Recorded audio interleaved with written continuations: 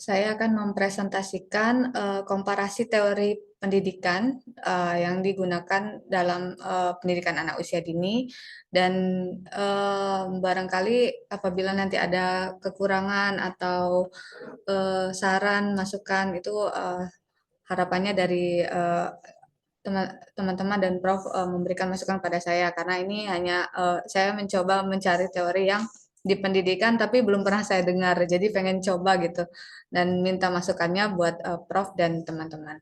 Baik, di sini saya akan mempresentasikan tentang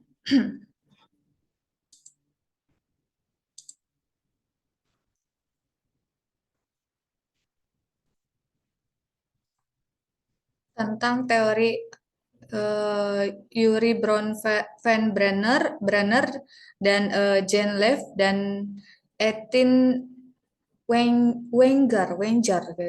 Nah, dari dua teori ini saya akan membandingkan yang mereka itu sama-sama berkaitan tentang perkembangan. Kalau yang Yuri itu tentang perkembangan, kalau Jane Lev dan Etin ini tentang sosial, seperti itu, berkaitan tentang sosial. Nah, selanjutnya, Yuri, mungkin kalau saya salah baca nanti mohon maaf. Yuri Bronfenbrenner lahir di Moskow pada 1917, yang keluarganya pindah ke Amerika Serikat ketika Bronfenbrenner berusia 6 tahun dan menghabiskan sisa hidupnya sebagai warga negara Amerika. Saat lulus dari Haverstraw High School di New York, Bronfenbrenner melanjutkan di jurusan psikologi dan di Cornell University, di mana ia lulus dengan gelar sarjana pada tahun 1938. Kemudian ia melanjutkan pendidikannya untuk meraih gelar master dalam bidang pendidikan di Universitas Harvard. Kemudian mengambil gelar doktor dalam bidang psikologi perkembangan yang diperolehnya dari Universitas Michigan pada 1942.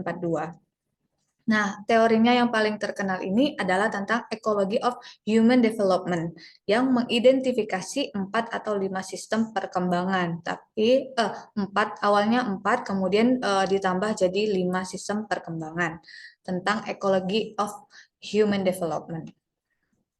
Kemudian Bronfenbrenner dipandang sebagai salah satu penting dalam studi perkembangan manusia, karena teori-teori sistem ekologinya tidak hanya mengubah cara pandang manusia, tetapi juga menjadi ujung tombak sejumlah studi penting dalam perkembangan manusia.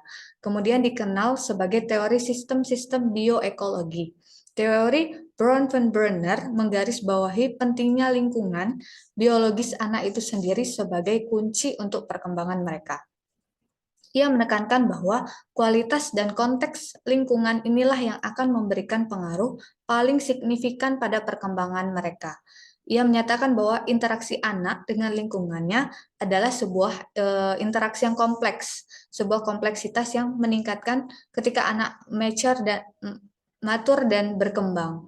Jadi bagaimana Bronfenbrenner ini punya teori tentang ekologi. Nah, mungkin kalau saya dulu S1 di PAUD ya, bukan pendidikan Islam, itu kita dulu nggak pernah bahas tentang Bronfenbrenner ini. Ternyata dia juga bahas tentang perkembangan manusia seperti itu. Biasanya lebih ke Piaget yang umum-umum seperti itu. Jadi saya tertarik untuk membahas teori ini.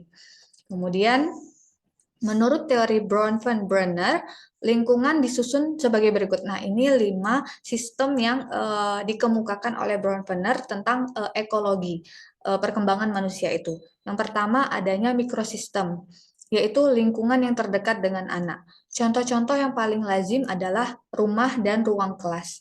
Melalui mikrosistem inilah anak-anak belajar aturan-aturan, perilaku, dan norma-norma sosial awal.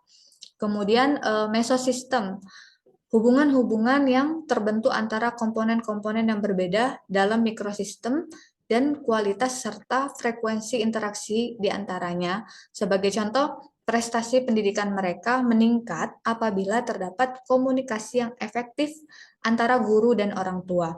Kalau mikrosistem tadi itu adalah lingkungan yang terdekatnya, misalnya rumah dan ruang kelas yang biasa lingkungan sekitarnya, dan bagaimana dia mempelajari rules atau norma-norma atau aturan di sosial sekitarnya. Kalau mesosistem yaitu hubungan antara interaksi atau frekuensi interaksi antara komponen-komponen yang berbeda. Misalnya tadi prestasi pendidikan mereka itu meningkat apabila terdapat komunikasi yang efektif antara guru dan orang tua.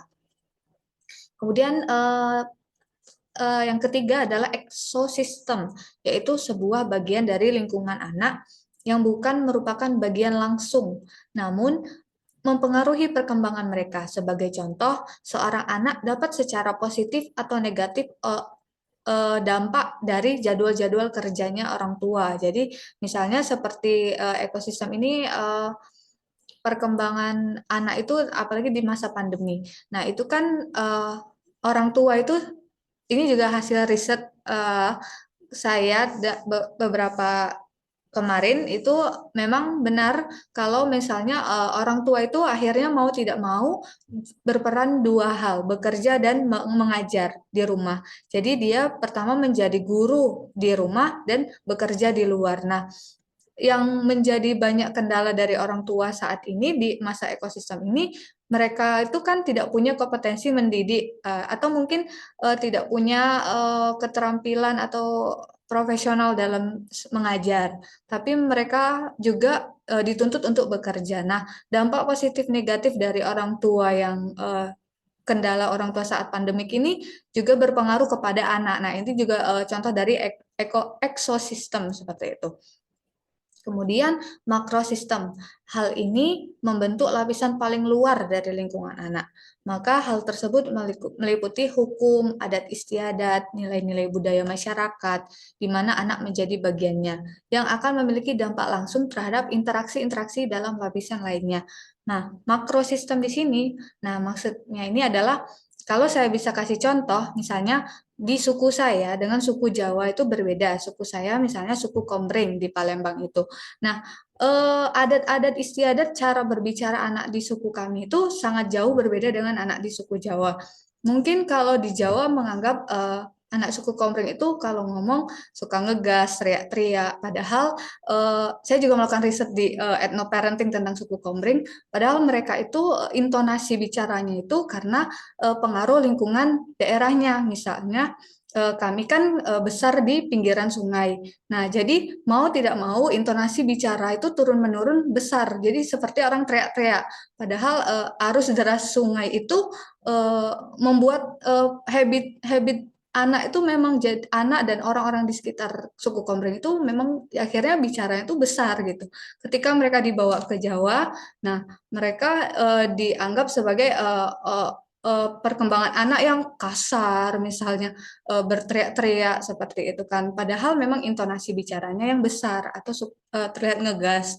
Nah, itu bisa jadi di sini adalah contoh sebagai makrosistem perkembangan anak itu tergantung juga dari adat istiadatnya seperti itu.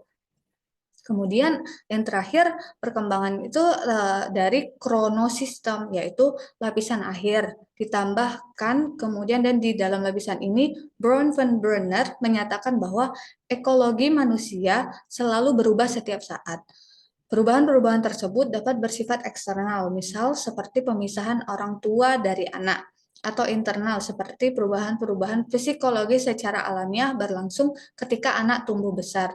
Nah, misal kronosistem ini menurut saya ini seperti adaptasi seperti itu ya. Misalnya ketika kita dibangun sejak kecil punya intonasi bicara yang tinggi misalnya seperti itu seperti saya misalnya dari suku Komering itu ketika saya di tempat yang berbeda tentu saya akan beradaptasi dan belajar bagaimana untuk berbicara yang beradaptasi dengan yang sama. Nah, sama ketika saya kembali ke Sumatera, tentu saya juga akan ngikutin alur bicaranya orang di Sumatera dan bagaimana cara bicara di Jawa. Nah, mungkin itu tentang teori Brown van Brenner tentang memang dia lebih sedikit ke perkembangan lingkungan-lingkungan seperti itu ya, ke sosial. Makanya saya juga mengaitkan dengan teori yang satunya, Genlev dan tadi yang satunya itu juga tentang sosial. Nah, ini tadi tentang perkembangan anak.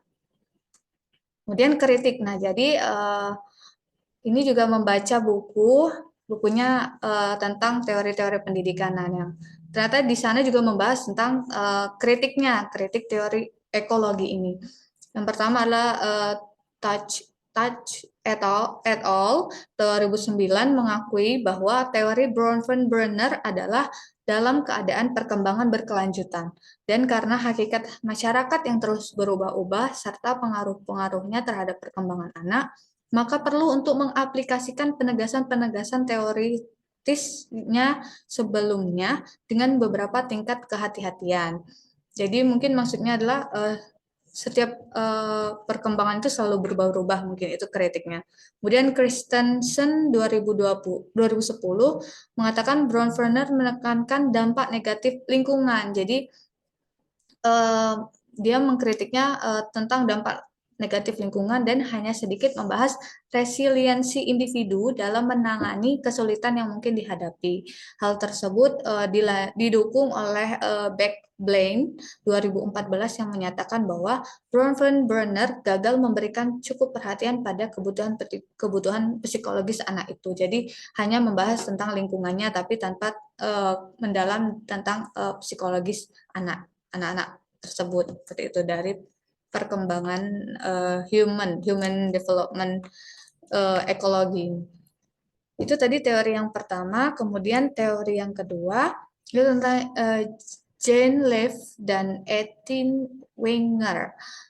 Baik Jane dan Etienne sendiri adalah akademisi Amerika Serikat, dan meskipun mereka berasal dari keilmuan yang berbeda, mereka memiliki daya sama, yaitu aspek sosial pembelajaran. Nah, Jane mendapat gelar PhD di Harvard pada 1968 dan pakar antropolog dengan minat penelitian pada teori sosial. Sebagai profesor pendidikan di University of California, Berkeley, ia sangat peduli dengan cara para peserta didik berinteraksi secara sosial antara diri mereka sendiri dan dengan lembaga-lembaga pendidikannya. Sedangkan Etin sendiri adalah seorang peneliti dan penulis independen. Ia juga bertindak sebagai konsultan yang membantu organisasi-organisasi untuk mengembangkan komunitas praktik. Sebelumnya ia adalah seorang guru yang telah menyelesaikan PhD-nya di University California dalam bidang kecerdasan artifisial. Ia menjadi seorang ilmuwan peneliti senior di lembaga untuk riset. Kemudian bagaimana tentang teorinya? Nah, kalau teori Leaf and Wenger ini terkenal dengan social situate learning. Nah, jadi mereka menantang gagasan tradisional tentang pembelajaran dan pengajaran. Bagi mereka, pembelajaran sebuah pengalaman sosial bersama daripada proses individu yang secara pasif memperoleh pengetahuan. Teori socially situated learning, mereka menawarkan sebuah pandangan alternatif di mana interaksi budaya politik adalah unsur-unsur signifikan untuk pembelajaran dalam komunitas praktiknya.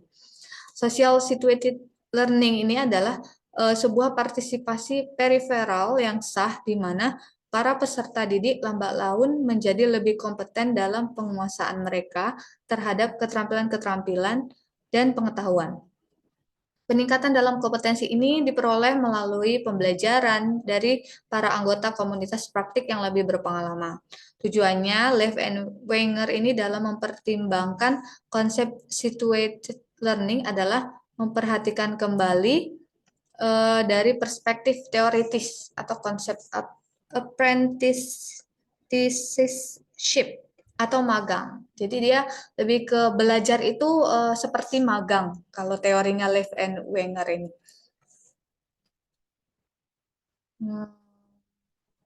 Kemudian komponen-komponen social situated learning adalah ada 4, yaitu pertama komponennya adalah makna. Jadi sebuah cara untuk membicarakan tentang kemampuan atau perubahan kita secara individu dan kolektif untuk merasakan makna kehidupan dan dunia kita. Kemudian praktik, yaitu suatu cara membicarakan tentang sumber daya historis dan sosial bersama. kerangka kerja, dan perspektif-perspektif yang dapat mempertahankan keterlibatan yang saling menguntungkan dalam tindakan. Yang kemudian komunitas, suatu cara membicarakan tentang konfigurasi-konfigurasi sosial di mana perusahaan-perusahaan didefinisikan sebagai hal yang layak dikejar dan partisipasi kita dikenali sebagai kompetensi. Kemudian identitas, suatu cara membicarakan tentang bagaimana pembelajaran mengubah siapa kita dan menciptakan sejarah-sejarah personal agar bermakna dalam konteks komunitas-komunitas kita. Nah, yang terakhir itu adalah kritiknya. Jadi, kritik socially situated learning ini ada dua.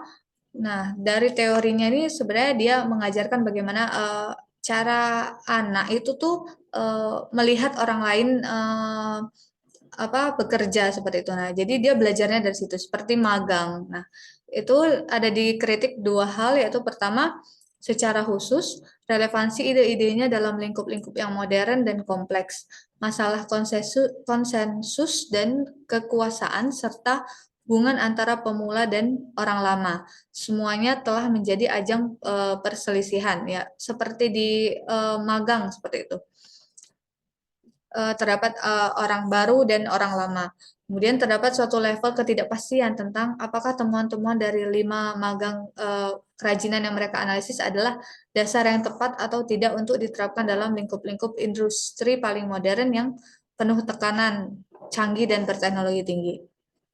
Kemudian karya Lev dan Wenger ini menekankan pentingnya pembelajaran sebagai sebuah proses perkembangan di mana para pemula bergerak melalui meningkatnya level-level partisipasi. Fokus pada pemula ini terutama mengabaikan pembelajaran dari orang lama yang lebih berpengalaman. Selain itu, ia tidak memperdulikan dampak terhadap komunitas praktik ketika orang lama dibawa masuk dari komunitas-komunitas yang lain. Mungkin itu saja yang bisa saya sampaikan tentang teori teori Lev and Wenger ini dan Yuri Bronfenbrenner. Jadi sebenarnya berbeda sudah ini karena Bronfenbrenner ini tentang perkembangannya, tapi lebih ke sosial, sama-sama sosialnya, cuman Bronfenbrenner ini tentang perkembangan, kalau Lev and Wenger ini tentang pembelajaran. Kalau Bronfenbrenner dengan teorinya ekologi, kalau Lev dan Wenger ini tentang socially situated learning tadi, tentang pembelajaran itu melalui magang atau pengalaman di suatu tempat seperti itu. Mungkin itu saja, Prof, yang bisa saya sampaikan terkait tentang tugas saya pada hari ini. Mohon masukannya, Prof, dan teman-teman mungkin ada yang ingin ditanyakan. Terima kasih. Terima kasih Mbak Isaura. Silakan ibu-ibu yang lain, mungkin ada pengalaman. Saya pindah ke laptop sebentar. Ada pengalaman tentang kedua teori itu? Silakan, Bu Ati, Bu Leli, Bu Ida.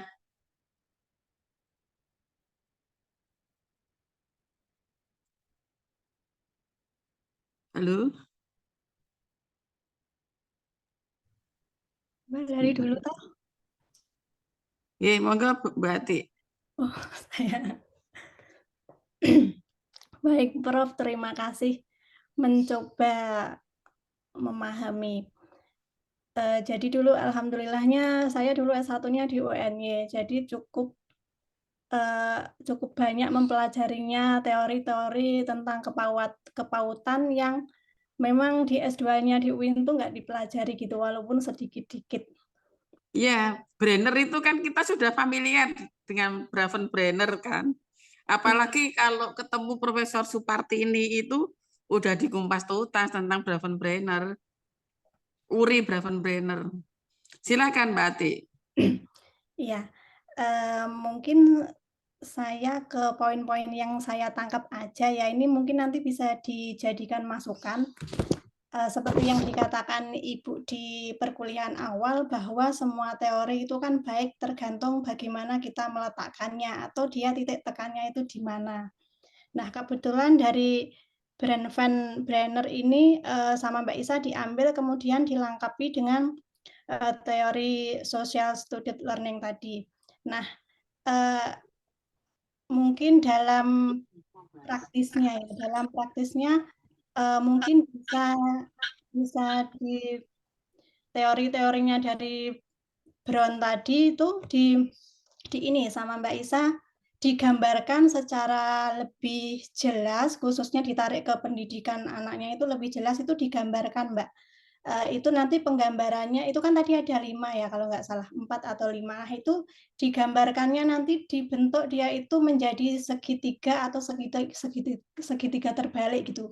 Coba digambarkan sehingga nanti, kita itu, jadi punya titik terang yang jelas gitu dalam memahaminya. Kalau tadi secara poin-poin itu teorinya Brown itu seperti dia terpisah-pisah gitu.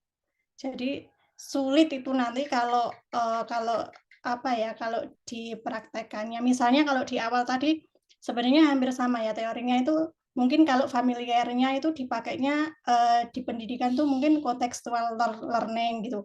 Cuma kalau dia punya istilah yang lain, coba itu nanti ditarik ditarik benang merahnya gitu, baik digambarkan membentuk simbiosis mutualisme atau segitiga terbalik atau seperti apa. Itu mungkin dari saya.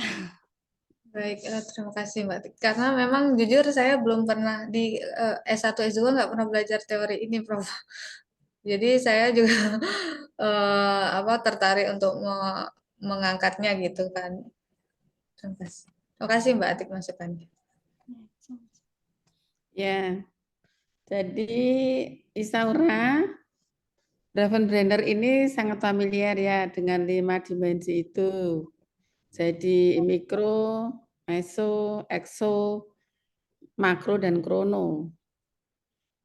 Nah, mungkin gini, cara kita mudah untuk memahami sebuah teori itu, coba kita deskripsikan teori itu tanpa PPT, jadi kita baca buku, kemudian kita kalau Jawanya itu kita dicondro itu kita deskripsikan sosok orang itu gitu ya.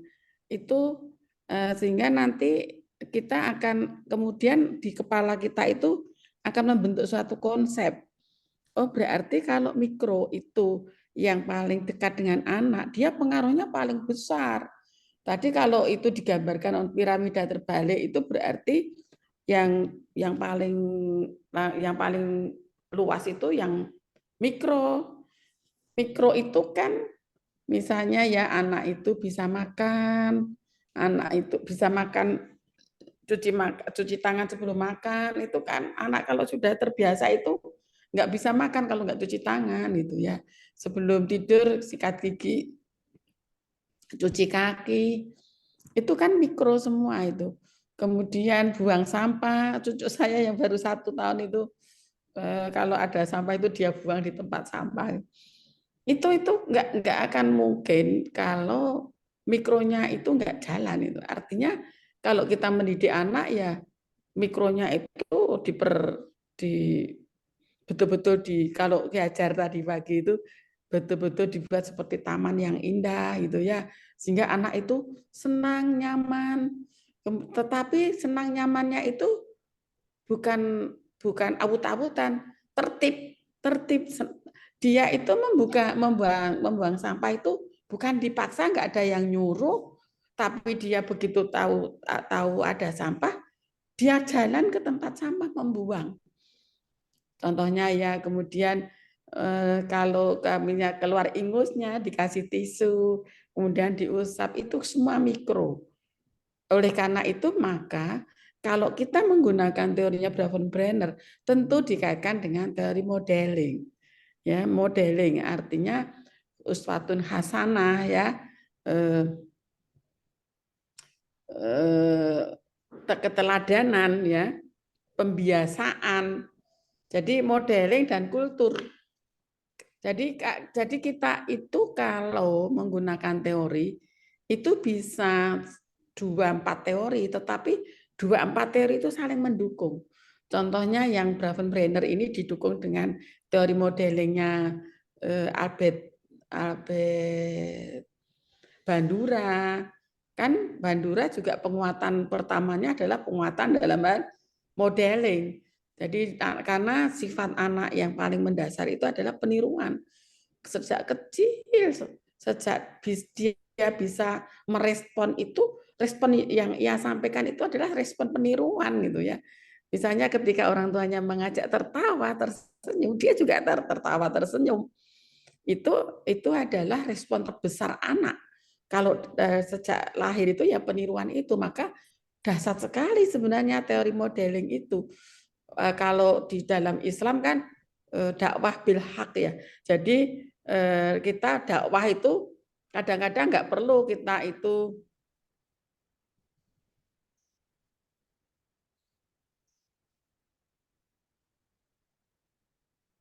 siapa ya Mbak Isaura?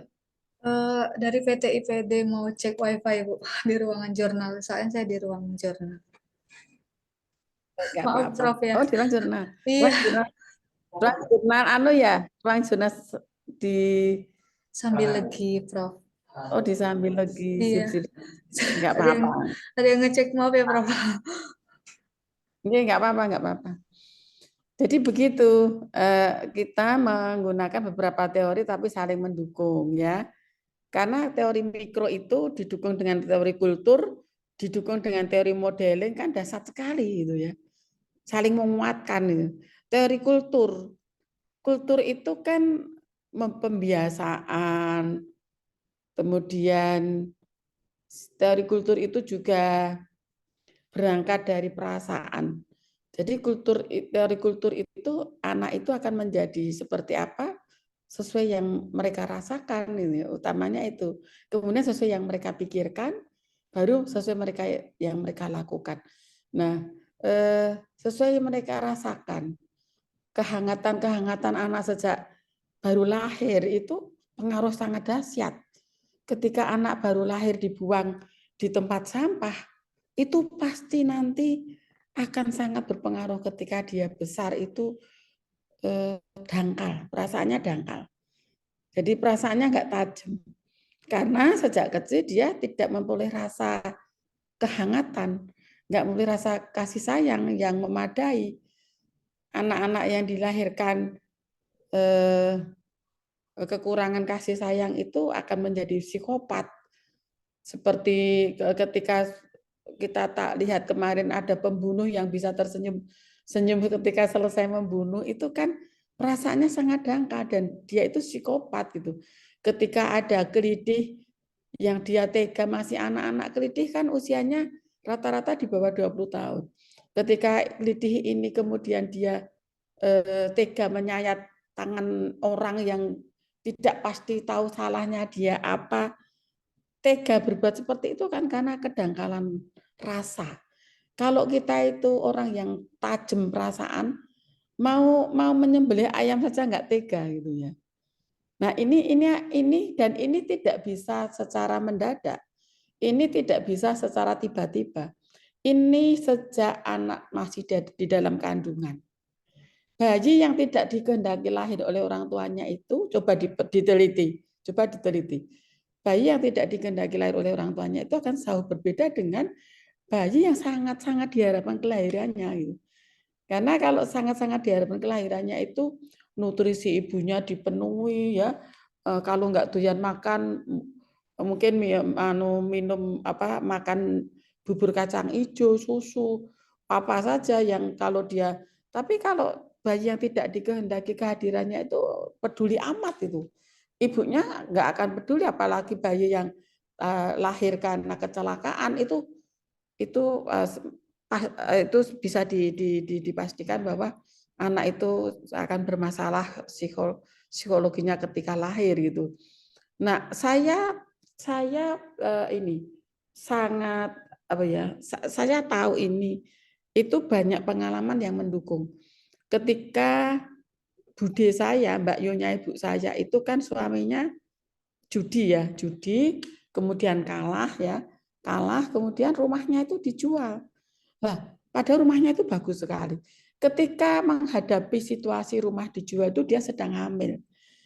Nah, dia itu berjalan kaki ke rel kereta, sudah mapan di kereta mau bunuh diri, tetapi kemudian ditarik oleh tidak tahu siapa saya ceritanya itu, sehingga dia nggak jadi bunuh diri dalam kondisi yang sangat panik, yang pokoknya sudah linglung karena tidak akan punya rumah lagi gitu ya.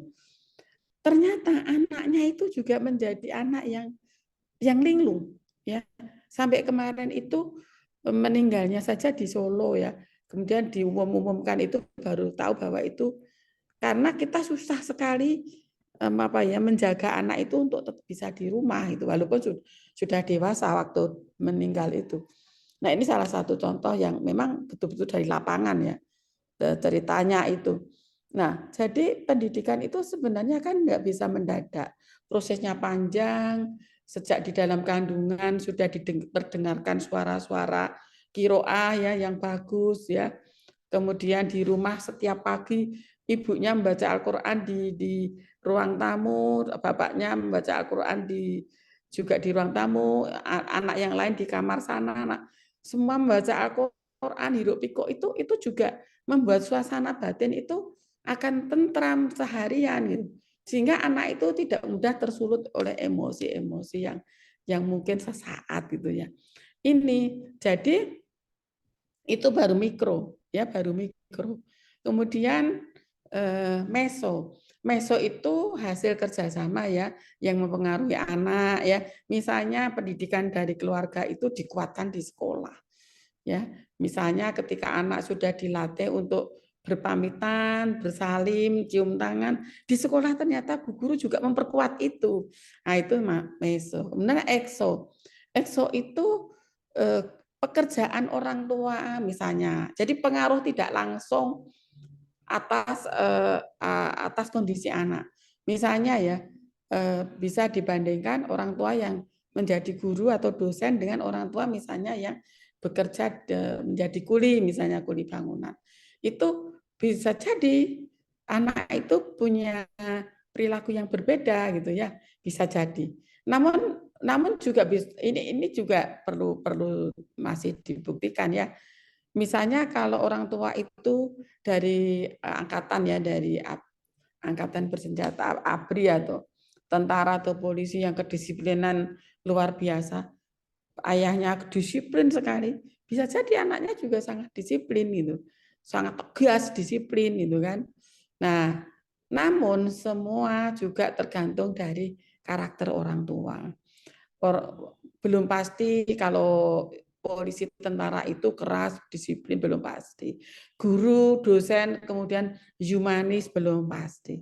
Semua tergantung dari karakter orang tua dulu dididik oleh orang tuanya juga seperti apa gitu. Jadi sebenarnya adalah juga turun temurun dari sisi EXO ini juga turun temurun ya, pengaruh tidak langsung gitu ya. Kemudian makro. Makro itu memang dari sisi local wisdom ya, dari aspek lingkungan yang lebih luas ya. Kalau di desa itu misalnya masih dibudayakan gotong royong ya, nilai-nilai gotong royong, kemudian berempati sama tetangga, kemudian anak-anak itu juga saling bekerja sama.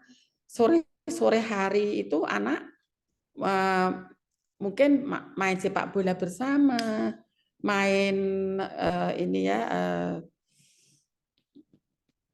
apa itu ya, yang mengumpet itu loh, umpetan apa itu ya, itu peta umpet itu kan. Nah ini di wilayah-wilayah yang masih desa itu mungkin masih ada permainan-permainan tradisional yang sangat mendukung nilai-nilai lokal wisdom, kegotong royongan, kepedulian, toleransi ini juga berpengaruh. Ketika anak itu hidup di perkotaan, ini yang makro. yang apalagi di perkotaan, tinggalnya di perumahan, jarang keluar, jarang bergaul, itu tentu anak itu akan memiliki kepribadian yang mungkin berbeda dengan anak yang dari pedesaan. Anak saya misalnya walaupun bapak ibunya guru, tapi anak saya biarkan dia ikut main di sungai, cari ikan, udah biasa anak saya, ya. Kemudian kalau malam itu pamit mau ke Siskamling, ke pos ronda, kita biarkan ke pos ronda. Biarlah mereka bersosialisasi, tidak ada kejenuhan-kejenuhan gitu ya. Nah, itu adalah makro. Kemudian krono. Krono itu terkait dengan zaman, ya. Kebijakan pemerintah, zamannya. Anak yang dilahirkan mungkin seperti saya itu kan mungkin karena saya akademisi ya, sehingga bisa mengikuti perkembangan digital, keterampilan-keterampilan digital. Tetapi kalau sama-sama kita dari desa itu ya, yang dilahirkan 50, 40, 50 tahun yang lalu dengan sekarang itu sudah sangat jauh terkait dengan keterampilan menggunakan IT dan kemudian juga otomatis anak itu akan mudah mencari informasi ketika pintar menggunakan IT sehingga informasi-informasi itu lebih advance, lebih cepat gitu diterima gitu. Itu berbeda dengan anak-anak tempo dulu gitu ya. Itu terkait dengan Uri Bravenbrenner. Tapi yang satunya saya terus terang baru mengenal hari ini Mbak Isaura. Kalau yang Bravenbrenner, nah itulah saya tidak baca bukunya Bravenbrenner secara utuh loh. Saya hanya mendengarkan kuliahnya dosen saya dulu, tapi bisa menceritakan kembali seperti ini karena saya terus terang kalau sedang mengikuti sesuatu itu saya fokus. Sehingga menguatkan kekuatan pemikiran seoptimal mungkin untuk bisa menangkap. Sehingga kalau kita membaca itu sebenarnya juga bisa menambah. Tapi saya juga sempat membaca terus terang kan Bu dulu kan enggak salah dosennya Prof Partini. Saya sampai ingat Prof Partini yang mengajar. Beliau juga memberikan referensi dan kita baca gitu ya. Tetapi kok ingatan saya itu justru ketika dosen itu menerangkan gitu ya. Mudah-mudahan ketika saya menjelaskan ini juga kalian ingat ya. Terima Itu kasih, Prof. Isaura Soalnya saya belum pernah dan memang Prof dulu di S1 sama S2. Kasih, Prof. iya iya iya iya. Bu Ati begitu ya. Dulu Bu Ati pernah mendapatkan enggak teori ini dari mata kuliahnya itu perkembangan multidimensional manusia. Mata kuliahnya itu perkembangan multidimensional manusia. Nah, itu tapi teorinya tidak hanya itu sebagian dari teori, tapi kebetulan saya juga kebetulan ingat gitu ya. Mungkin Mbak Leli sudah pernah, Mbak Ati atau Mbak Ida monggo ditambahkan. Terus terang yang satunya tadi ya, yang Jane Wave apa sahabat? Jane Wave dan Etin Winger itu tentang sociality situated learning itu mungkin maksudnya pembelajaran yang dikontekskan dengan keadaan sosial ya. Pembelajaran yang dikontekskan dengan keadaan sosial. Mungkin begitu. Saya terus terang belum pernah membaca, agak baru tahu namanya pada hari ini Mbak Isaura. Mungkin begini Mbak Isaura, barangkali belajarnya tidak dari buku langsung, dari orang-orang yang sudah menggunakan teori itu di penelitiannya gitu ya. Itu mungkin juga bisa menambah warna dari pemahaman kita tentang teori yang kita sampaikan itu. Nah, saran saya ya tadi disertasi itu bisa menggunakan teori lebih dari satu, tetapi saling menguatkan satu sama lain. Kalau mau menggunakan teori ini juga bagus ya, Bravenbrenner, Uri Bravenbrenner. Uri Bravenbrenner ini digabung dengan Albert Bandura, digabung dengan kultur itu plop tulisannya agak lupa Pak. PLOMP apa ya? Plop Pavlov siapa itu ya? Plop siapa itu yang kultur sekolah. Mbak, kultur itu kan ada 3 lapisan. Waduh, malah. Jadi kultur itu ada 3 lapisan ya. Lapisan yang paling dalam adalah lapisan yang terkait dengan keyakinan, mindset ya. Yang itu perubahannya memakan waktu yang sangat lama. Mungkin bisa tahunan ya. Ketika saya masuk Fakultas Tarbiyah ya, dengan situasi yang adem ayem, walaupun kadang-kadang berbeda pendapat itu, kalau di grup WA itu wow, berbeda pendapatnya ramai sekali. Tapi begitu orang yang kadang-kadang ekstrim, perbedaan pendapatnya ekstrim itu kan, kata-kata di WA kadang-kadang juga agak nyelekit. Tapi begitu beliau itu sakit, semua mendoakan, semua nengok ke rumah. Jadi kami itu kalau berbeda itu ya hanya di lahir saja. Nah, ini yang ada di Fakultas Tarbiyah ya. Saya enggak tahu, saya pernah mendengar di fakultas lain itu kok saling menjegal ini ya. Padahal di Fakultas Tarbiyah enggak ada seperti itu.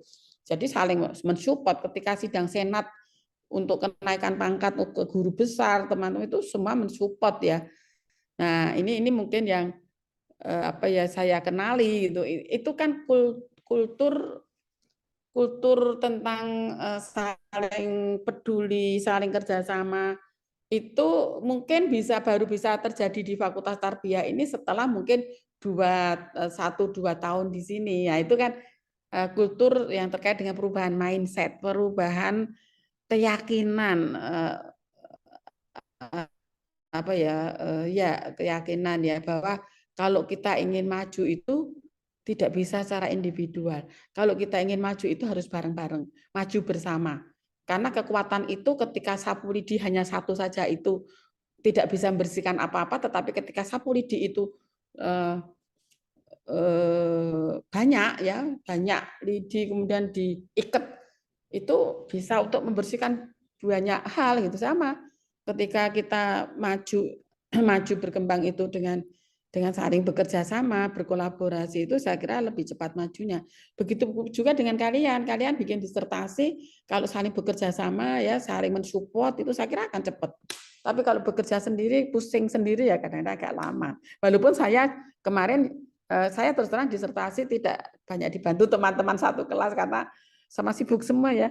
Nah, tapi saya mengajak mahasiswa S3, mahasiswa S2 ya untuk membantu penelitian, untuk menginput data ya, karena saya kan mix method ya.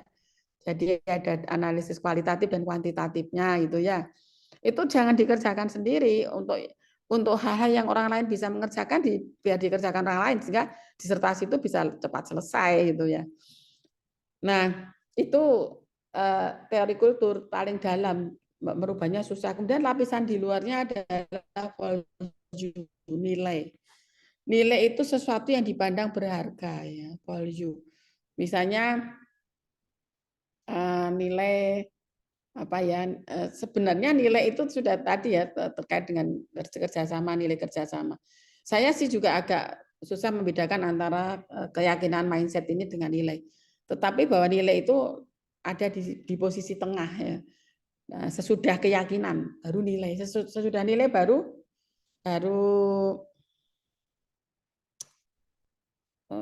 istilahnya apa itu, yang lapisan paling luar itu, artefak. Jadi artefak itu yang paling luar. Artefak itu adalah bangunan, gedung, sarpras gitu ya. Itu artefak. Kegiatan itu artefak. Misalnya ketika kita di UIN ini ada nilai integrasi interkoneksi, kemudian bangunan gedungnya juga saling menyambung seperti itu. Nah, itu kan jadi artefak itu simbol-simbol yang bisa kita amati secara langsung. Kegiatan gitu ya. Program itu artefak. Itu kalau kultur ya, kalau kultur. Nah, kultur kan lapisan-lapisan sebagaimana tadi ekologinya Uri Bravenbrenner. Ekologinya Uri Bravenbrenner itu juga lapisan loh sebenarnya, Mbak. Mikro, meso, makro dan krono itu sebenarnya lapisan, bisa digambarkan sebagai sebuah lapisan. Ya, lapisan yang paling dalam itu tentu mikro, yang intensif berpengaruh terhadap anak, gitu ya.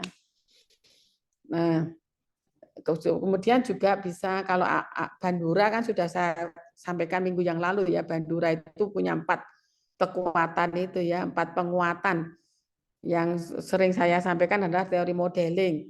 Yang kedua itu teori keterbukaan hati karena rasa senang itu. Jadi sesuatu yang senang itu akan diulang-ulang dan akan terus diikuti itu ya. Tetapi kalau sesuatu yang enggak senang ya, muridnya sudah diece, muridnya sudah dimarahi, maka hati dan pikirannya akan terblokir sehingga murid itu enggak bisa menerima penjelasan dari gurunya itu kan. Itu Bandura itu sebenarnya, Albert Bandura. Itu. Mungkin ada tambahan-tambahan dari khususnya yang teori kedua, mungkin ada yang akan menambahkan, monggo.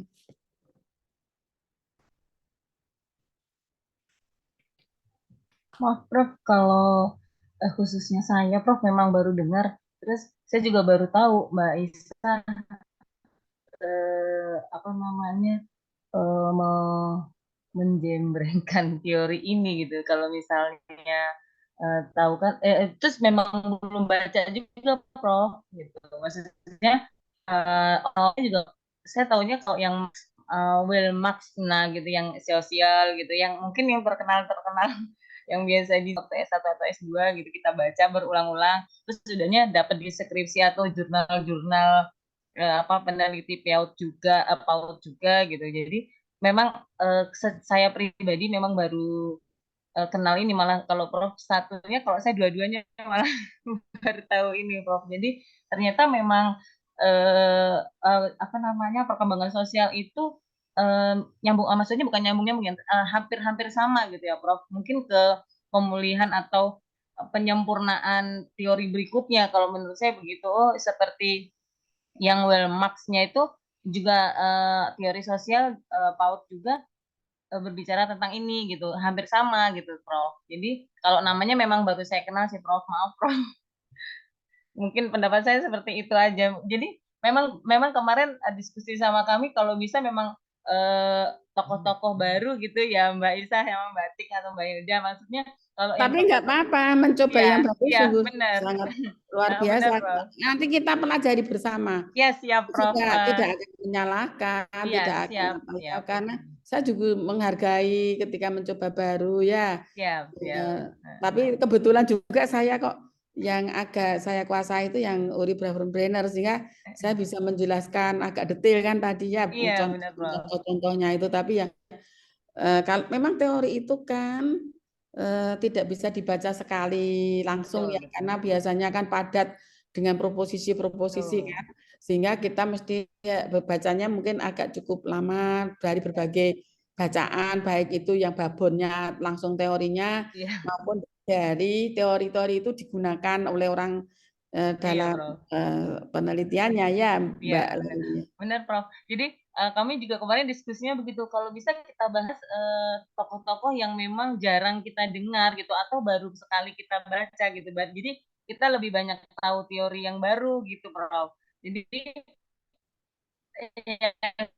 yang salah saya itu memang tidak membaca yang kemarin kita share itu Mbak Isa. Jadi banyak tokoh yang memang kita tidak familiar gitu. Jadi memang ya terima kasih Prof tentang apa namanya teori-teori PAUD yang memang ternyata banyak sekali tokoh yang kita tidak kenal gitu Prof. Tapi memang dengan cerita gini, metode yang seperti ini itu malah lebih ngena gitu ya. Kayak Prof cerita, oh ternyata seperti itu. Jadi istilahnya pemikiran saya juga masuk ke penelitian beliau gitu, penelitian yang baru. Oh ternyata ini hampir sama dengan ini, oh ternyata ini diperluas gitu Prof. Terima kasih dan minta maaf kalau memang sama saya dan teman-teman juga masih minim tentang teori tentang anak yang memang tokoh-tokohnya itu jarang kita dengar gitu loh Bang. Kalau Brenner sudah dengar sebelumnya Bu Leli? Kalau Brown-nya itu saya malah justru belum pernah dengar, Prof. Dua-duanya ini baru di telinga saya, malah saya baru baca gitu. Saya tadi juga ikutan Mbak Isa baca, namanya aja saya sulit, kecuali kayak Vygotsky, piase, itu kan hal yang biasa kita dengar, kita baca, itu enak. Walaupun bahasa itu bukan bahasa Indonesia klasik. Saya baca. Gravenbrenner. Uri Gravenbrenner. Nah, jadi saya malah ngingetin urin gitu. Jadi memang asing asing buat saya untuk mengingat. Biasanya saya begitu, Bro. Agak nyamak-nyamain nama siapa gitu biar inget gitu. Maaf. Itu tadi ya. Jadi kita itu akan bertambah ilmu kita secara akademik itu kalau memiliki kemandirian intelektualitas. Betul, Bro. Kemandirian intelektualitas itu kita bisa menjelaskan tanpa baca apapun seperti saya menjelaskan tadi. Saya menjelaskan Uri Gravenbrenner tadi, saya nggak ada tulisan apa-apa. Mungkin kalian juga tahu saya cara ngomong saya tanpa membaca apapun itu, dan itu bisa kalian miliki kalau terus dipupuk terus ya ilmunya tentang itu, dan itu tidak hanya tentang tokoh apa saja, tentang teori, tentang ini, tentang itu gitu ya. Tadi pagi saya menjelaskan tentang Ki Hajar Dewantara ya, betapa tentang mungkin nanti saya share juga di sini ya. Itu pun saya juga ini nggak baca sebenarnya ya, tulisan itu sekedar memandu saja. Tapi ketika saya ngomong ya saya ngomong saja gitu ya, karena memang sebelumnya sudah saya baca, sehingga ketika presentasi itu PPT itu hanya membantu bagian kecil, tetapi bahwa orasi kita itu kita harus biasakan menggantungkan kepada pemikiran kita. Itu sehingga nanti kapanpun dimanapun kita akan terlihat sebagai orang yang ya setidaknya menguasai gitu ya. Sehingga nanti kalau kita ujian disertasi itu juga kelihatan sekali. Maka dari sekarang itu fokus dan karena ini perlu proses panjang. Seberapa banyak konsep yang di kepala kita itu akan menjernihkan kita ketika kita akan melakukan analisis. Dan itu butuh waktu panjang, dan itu harus segera dimulai, bahwa menata pemikiran itu butuh waktu itu ya tolong itu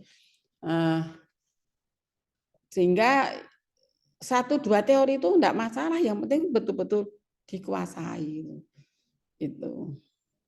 Harus banyak baca lagi kami, Prof. Dan untuk menguasai satu teori itu memang benar kata Prof, harus membaca berulang-ulang untuk memang kita berada di dalam posisi mereka gitu ya, Prof ya. Kayak Prof kan enak bener, kayaknya Prof tuh udah ngelotok nih dengan profil orang ini gitu.